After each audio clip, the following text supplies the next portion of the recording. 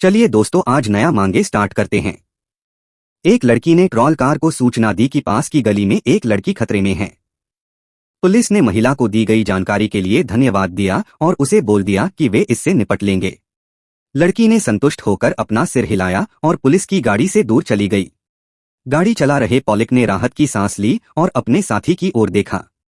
उसने उससे पूछा तो उनका काम का दिन खत्म हो गया। हालांकि महिला पुलिस अधिकारी ने गली में युवाओं के एक समूह की ओर इशारा करते हुए पूछा कि क्या ये वे लोग हैं जिनके बारे में महिला ने उन्हें बताया था, और उसे लगा कि उन्हें जल्दी से वहां जाना चाहिए। अधिकारी ने अपने साथी से निराशा से पूछा, उन्हें इसकी क्या जरूरत है? क्या उसने उनके लीडर को नहीं देखा? वे बहुत ज्यादा हैं और वे दोनों कुछ नहीं कर पाएंगे।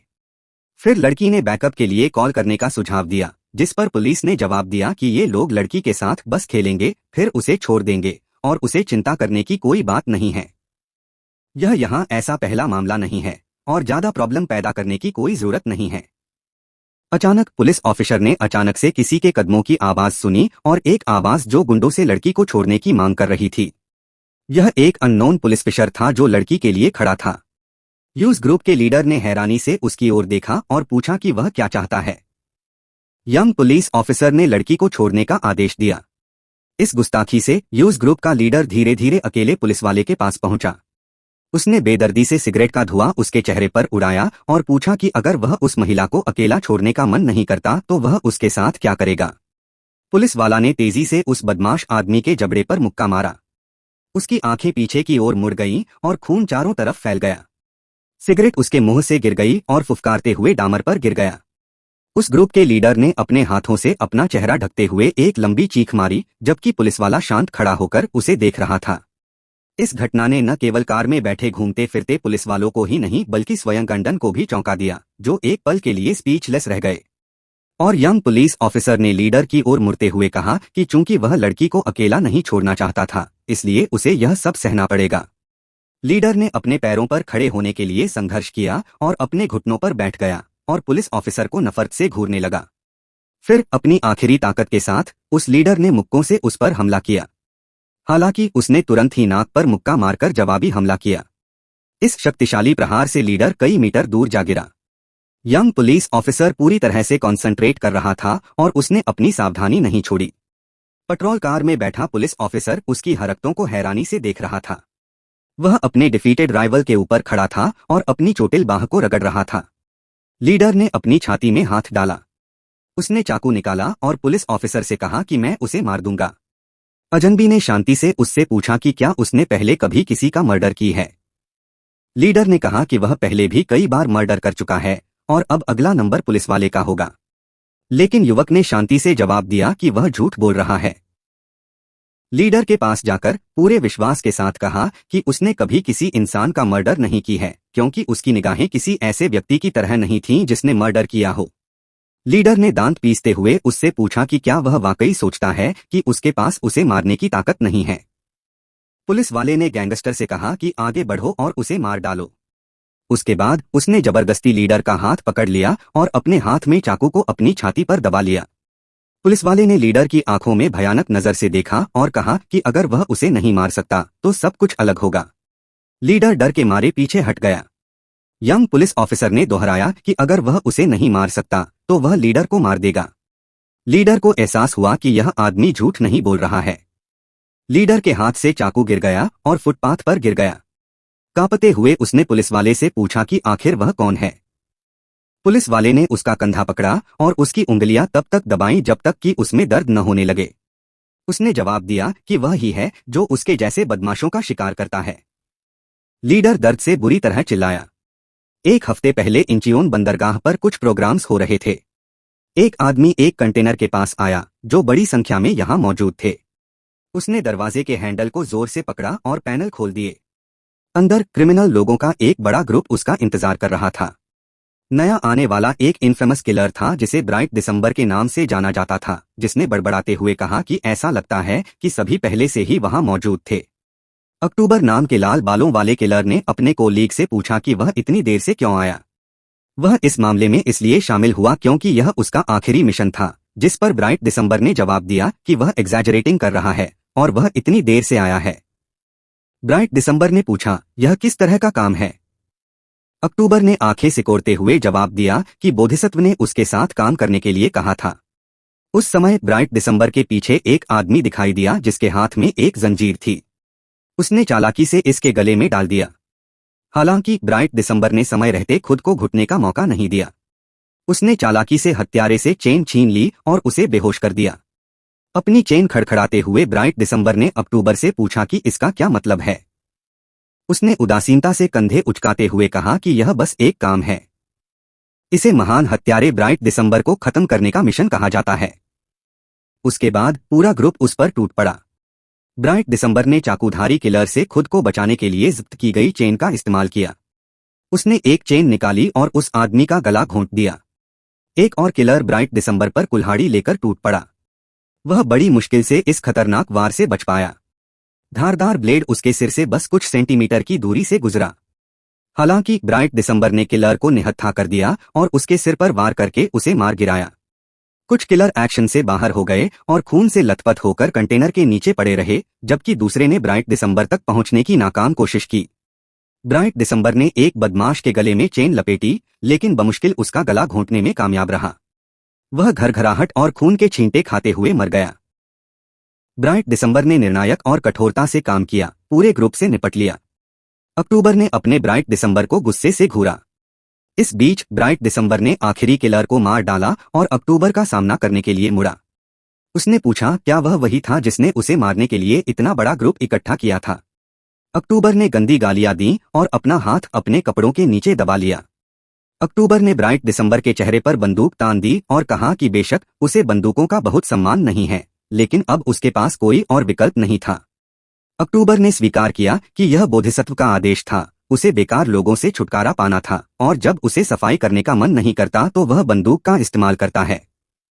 ब्राइट दिसंबर को एहसास हुआ कि बोधिसत्व ने खुद उसे मारने का आदेश दिया था और उसने वादा किया कि यह उसका आखिरी मिशन होगा और उसके बाद सब कुछ खत्म हो जाएगा।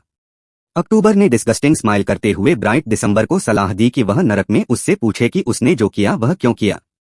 अक्टूबर की उंगली उसके हाथ में बंदूक के ट्रिगर पर कस गई और उसने ब्राइट दिसंबर को अलविदा कह दिया। आखिरी समय में ब्राइट दिसंबर ने खुद को अक्टूबर पर पूरी तरह से फेंक दिया। बहते हुए खून ने कंटेनर की दीवार पर एक बदसूरत दाग लगा दिया। अंदर की हवा में जले हुए बारूद की तीखी गंध थी। बोधिसत्व मंदिर में प्रार्थना कर रहे था। बुद्ध की सोने की परत चढ़ी मूर्ति को निहार रहा था। उनकी नजर जलती हुई मोमबत्तियों के बगल में स्थित एक छोटे से चिन्ह पर टिकी थी। एक फोन कॉल ने उसे प्रार्थना से डिस्ट्रैक्टेड कर दिया। बोधिसत्व ने रिसीवर अपने कान पर लगाया और उसे बताया गया कि सब कुछ हो चुका है। कस्टमर की आवाज में कुछ ऐसा था जिसने बूढ़े व्यक्ति को सतर्क कर दिया। इस समय कंटेनर के फर्श पर, जहां से फोन आया था, अक्टूबर खून से लथपथ पड़ा था और उसके सिर में गोली लगी थी। ब्राइट दिसंबर ने रिसीवर में बोधिसत्व को इन्वॉल्व करते हुए कहा कि वह एक असली नॉनसेंस है। बूढ़े व्यक्ति ने आखिरकार ब्राइट दिसंबर की आवाज पहचान ली और बहुत हैरान हुआ। उसने रिसीवर में कहा कि वह अभी 39 अगरबत्तियां जलाने वाला था, लेकिन उसे इस एंशिएंट रिचुअल के बारे में कैसे पता चला और उसने उसे कैसे बुलाया। और कॉल करने वाले ने बूढ़े व्यक्ति से पूछा कि क्या वह इस समय मंदिर में है। बोधिसत्व ने जवाब दिया कि एक भिक्षु वास्तव में मंदिर में होना चाहिए। फिर उसने ब्राइट दिसंबर को बताया कि वह कभी भी अपने मंदिर में नहीं चढ़ पाएगा क्योंकि यह सेफ और प्रोटेक्टेड था। किलर ने जवाब दिया कि भिक्षु को अब जाकर दरवाजा खोलना चाहिए क्योंकि वह इसके पीछे था। ब्राइट दिसंबर ने उसे बताया कि वह पहले से ही रास्ते में है। अगर बोधिसत्व बाहर नहीं आता है तो वह खुद ही दरवाजा खोल देगा। उसने बूढ़े आदमी से कहा कि जब वह उसकी खोपड़ी तोड़ देगा तब वे बात करेंगे। ब्राइट दिसंबर का रास्ता भिक्षु की रखवाली करने वाले एक पूरे गैंग ने ब्लॉक कर दिया था और एक लंबे ठग ने उसे इन्फॉर्म्ड किया कि बोधिसत्व प्रेजेंट में एक रिचुअल की तैयारी कर रहा है और किसी को भी रिसीव्ड नहीं कर रहा है। ब्राइट दिसंबर ने उसे नरक में भेज दिया और बताया कि यह आदमी बच्चों को चुराता है और उन्हें हत्यारों में बदल देता है और जो मर्डर से पैसे कमाता है उसे देवता कैसे कहा जा सकता है। गार्ड को अपने कानों पर विश्वास नहीं हुआ और उसने किलर को चौड़ी आंखों से देखा। उसने एक बैटल एक्स के हैंडल पर अपने हाथ को ऐंठते हुए जकड़ लिया। फिर उसने ब्राइट दिसंबर के सिर पर वार करने के लिए एक बड़ा झटका मारा। हालांकि उसने चतुराई से चकमा दिया और बड़े आदमी को कमर पर एक झटका देकर नीचे गिरा दिया। उसने ग्रुप के मेंबर को हटने का आदेश दिया क्योंकि वह बचपन से ही हत्या करने का आदी था। उसने इसके लिए अपना सब कुछ त्याग दिया। ब्राइट दिसंबर ने किलर से एक पागल आदमी की तरह निपटा, हर समय चिल्लाता रहा कि उसने हत्याओं के लिए अपना सब कुछ त्याग दिया है। उसने उस जीवन से भी मुंह मोड़ लिया जिसका वह आदी था। उसने अपने परिवार को भी त्याग दिया। ब्राइट दिसंबर ने किलर्स की भीड़ के बीच से अपना रास्ता बनाया। उसे गंभीर चोटें आईं, यहां तक कि उसकी पीठ पर चाकू से गहरा वार भी किया गया। लेकिन फिर भी वह उस आदमी तक पहुंचना चाहता था जिसने उसे धोखा दिया था, चाहे इसके लिए उसे कुछ भी करना पड़े। अपने पीछे उसने मर्डर किए गए लोगों का ढेर छोड़ दिया। हालांकि इस रास्ते के अंत में एक नुकीली बंदूक की ठंडी नली उसके सिर को छू गई। बोधिसत्व उसकी जान लेना चाहता था। ब्राइट दिसंबर ने अपने सामने इस ईविल फेसेस को देखा। उसने बोधिसत्व से कहा कि उसने उसे एक नॉर्मल जीवन जीने देने का वादा किया था, कि इस अंतिम मिशन के बाद वह एक सामान्य व्यक्ति की तरह जीने में सक्षम होगा। उसने उसे इस बारे में कसम भी खिलाई। बोधिसत्व ने कहा कि तुम अब वैसे भी एक नॉर्मल जीवन जी रहे हो। बोधिसत्व दिसंबर की ओर झुका और फुसफुसाया कि हर नॉर्मल व्यक्ति को जल्द या बाद में मौत का सामना करना पड़ता है। अपनी उंगली से ट्रिगर ढीला करते हुए उसने कहा कि जीवन के नियम ऐसे ही होते हैं। ब्राइट दिसंबर को लगा कि गोली चलने वाली है। बोधिसत्व ने कामना की कि ब्राइट दिसंबर मृत्यु के बाद बुद्ध के पास वापस लौट आए और उसने ट्रिगर खींच दिया। अपने ही खून से लथपथ पड़े हुए ब्राइट दिसंबर ने फुसफुसाते हुए कहा कि वह अपना बदला लेगा। वह नरक की गहराई से भी अपना बदला लेगा। उसे जगाने के लिए पुकारने वाली एक आवाज ने उसे अंधेरे से बाहर निकाला। ब्राइट दिसंबर ने अपने सामने पुलिस अधिकारियों को देखा जो उसे चिंता से देख रहे थे। बिस्तर पर लेटे हुए वह दुखी होकर सोचने लगा कि उसे पुलिस ने पकड़ लिया है और उनमें से एक ने कहा कि डॉक्टर के अनुसार उसे शॉर्ट टर्म मेमोरी लॉस हो सकती है। पुलिस लड़की ने उसे किम नाम से पुकारा और उसे होश में आने के लिए कहा और ब्राइट दिसंबर ने उससे पूछा कि किम कौन है। पुलिस ने उसे उसका फोटो वाला आईडी कार्ड दिखाया और उसे शीशे में देखने को कहा। वह इल्सान स्टेशन पर किम नाम से पुलिस अधिकारी के तौर पर लिस्टेड था। उसका फोटो ऑनर बोर्ड पर भी लटका हुआ था। तस्वीर में अनडाउटेडली वह एक पुलिस ऑफिसर की वर्दी में था। यह अविश्वसनीय था। द फेमस किलर ब्राइट दिसंबर एक पुलिसमैन बन गया। वह हैरान होकर आईने में अपनी तस्वीर और पहचान पत्र पर अपनी तस्वीर की तुलना कर रहा था। ब्राइट दिसंबर मौत के बाद जागा। वह पुलिसवाला बन गया। फेमस किलर ब्राइट दिसंबर को अपने ऑर्गेनाइजेशन द्वारा धोखा दिए जाने के बाद रीबर्थ लेना पड़ा। उसने एक पुलिस ऑफिसर के रूप में रीबर्थ लिया, लेकिन फिर दो पुलिस ऑफिसर उसके चेहरे पर मारते हैं। उसके दो पार्टनर किम को एक बदमाश मानते थे। उन्होंने खुद अपने कोलीग्स का मजाक उड़ाया और फिर पता चला। किम ने कुछ कदम उठाया। उसने आत्महत्या करने की कोशिश की। अब वह हॉस्पिटल के बिस्तर पर बैठा था और शीशे में देख रहा था, जबकि एक वुमन पुलिस ऑफिसर उसे बता रही थी कि चाहे उसके लिए यह कितना भी मुश्किल क्यों न हो, उसे ऐसा नहीं करना चाहिए। और वह लकी था कि रस्सी टूट गई और वह पूरे एक सप्ताह तक बेहोश रहा। वह बहुत एक्साइटेड थी और उसे डांट रही थी। लड़की किम के चेहरे की ओर झुकी और पूछा कि क्या वह रियली में सोचता है कि वह उन कमीनों के नाम लिखकर कुछ बदल सकता है। किम को समझ में नहीं आया कि महिला पुलिस ऑफिसर क्या कह रही थी, लेकिन उसने क्लियर किया कि वह उसके सुसाइड नोट के बारे में बात कर रही थी जिसमें उसने अपने सीनियर्स के नाम छोड़े थे, उन पर पावर के दुरुपयोग का आरोप लगाया था। वे सीनियर पेट्रोलिंग ग्रुप के सदस्य मिन और चोंग थे। जॉन लगातार किम को याद दिलाता रहा कि उसके माता पिता क्रिमिनल थे जिन्होंने अपने किए के बाद आत्महत्या कर ली। उन्होंने उस पर उनका फॉलो करने का निर्णय लेने का आरोप लगाया, जबकि मिन इस बात से हैरान था कि एक क्रिमिनल का बेटा ऑफिसर कैसे बन गया। उसके बाद चोंग ने उससे कहा कि अगर वह जीवन को अलविदा कहने जा रहा था तो उसे चुपचाप ऐसा करना चाहिए था। उसने पूछा कि उसने उनके नाम पहले क्यों लिखे थे। जॉन ने किम को मारने के लिए एक बड़ा झटका मारा, हालांकि वह इसमें सफल नहीं हुआ। सरप्राइज होकर चोंग ने अपनी आंखें चौड़ी कर लीं।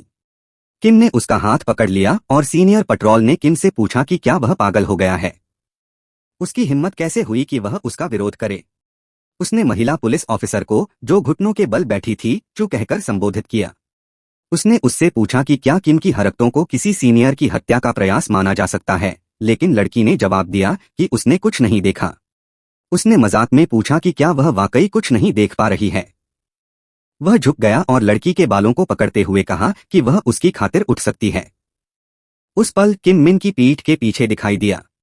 उसने पुलिसवाले से पूछा कि उन्होंने यहाँ क्या गड़बड़ कर दी है। तभी मिन ने किम को मारना चाहा, लेकिन उसने उसका हाथ रोक लिया। किम ने उसकी कलाई इतनी जोर से दबाई कि सीनियर पुलिसमैन दर्द से जोर से चिल्ला उठा। उसने अपनी आंखें घुमाई, अपने घुटने मोड़े क्योंकि दर्द असहनीय था। सीनियर पुलिसमैन, जिसे मिन और चोंग द्वारा मिसबिहेवियर का सामना करना पड़ा था, इस हरकत को ताज्जुब से देखा। उसने किम से हाथ छोड़ने की बहुत विनती की, लेकिन पुलिस ऑफिसर ने अपनी कलाई को और कस लिया और फिर मिन की गर्दन पर 2 उंगलियों से वार किया। उसकी आंखें पीछे की ओर मुड़ गईं।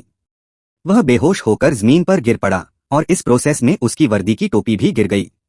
जॉन ने अपने भाई से हैरानी से पूछा कि उसे क्या हुआ था, और किम ने सीनियर पेट्रोल ग्रुप के सदस्य चोंग को लात मारी।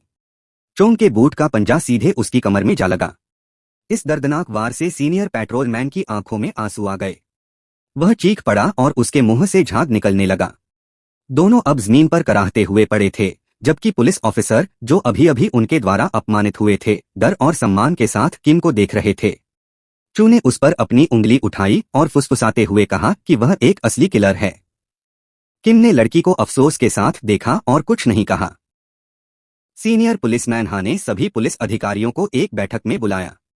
वह घटना की तह तक जाना चाहता था और उसने किम से पूछा कि उसने अपने साथी सैनिकों पर हाथ क्यों उठाया और एक सीनियर पुलिसमैन को क्यों मारा। जाहिर है उसने सोचा कि वे अधिकारी को नौकरी से नहीं निकाल पाएंगे।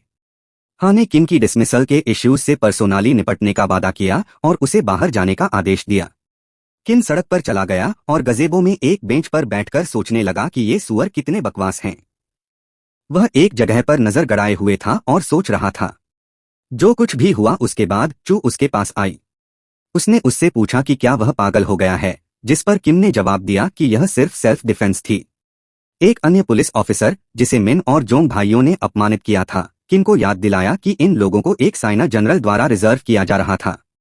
किम के हैरान कर देने वाले अंदाज में उन्होंने कहा कि इस जनरल के पास एक पूरा मुगुनगवा फूल है। उसके बाद अपमानित तिकड़ी ने किम को अलविदा कहा और उसे घर जाते समय सावधान रहने की सलाह दी। किम बेंच के पिछले हिस्से पर झुक गया और उसे एहसास हुआ कि पुलिस उन्हें क्यों नहीं पकड़ पा रही है। वे सभी अंदर से सड़े हुए थे। उनके बॉस के पास एक पूरा मुगुनगवा है। यह सेना में एक अकेले स्टार की तरह है। किम ने सोचा कि अगर वह किसी उच्च पद के व्यक्ति के बजाय सुअर के शरीर में पुनर्जन्म लेता तो बेहतर होता। हालांकि इससे कोई फर्क नहीं पड़ता, क्योंकि वह हमेशा से ही एक फेल्ड पर्सन रहा था। किम ने अपनी वर्दी की टोपी उतारी और कॉकेड को देखा। उसने फुसफुसाते हुए कहा कि कम से कम वह एक साइना जनरल तो नहीं था। किम को याद आया कि जब वह बहुत छोटा था तो वह बारिश में खड़ा था और उसने एक आदमी को देखा जिसने अपना हाथ उसकी ओर बढ़ाया। यह एक गंजा भिक्षु था जिसने उसे अपने साथ चलने के लिए कहा। फिर किम ने कुछ देर तक सोचा। फिर वह बड़ा होने लगा। वह ऐसे ही दिमाग से धोखा खाए बच्चों के समूह के साथ बड़ा होने लगा। जल्द ही वह एक असली किलर बन गया। और फिर वहां भिक्षु बोधिसत्व था जिसके हाथ में बंदूक थी। फिर एक गोली चली जिसने उसे जीवन से मुक्त कर दिया। इसके बाद एक रस्सी का फंदा। हारे हुए पुलिस अधिकारी का आत्महत्या करने का डिसीजन। गुड लक से यह फेल रहा। इस पुलिसमैन किम को उसके माता पिता ने छोड़ दिया था।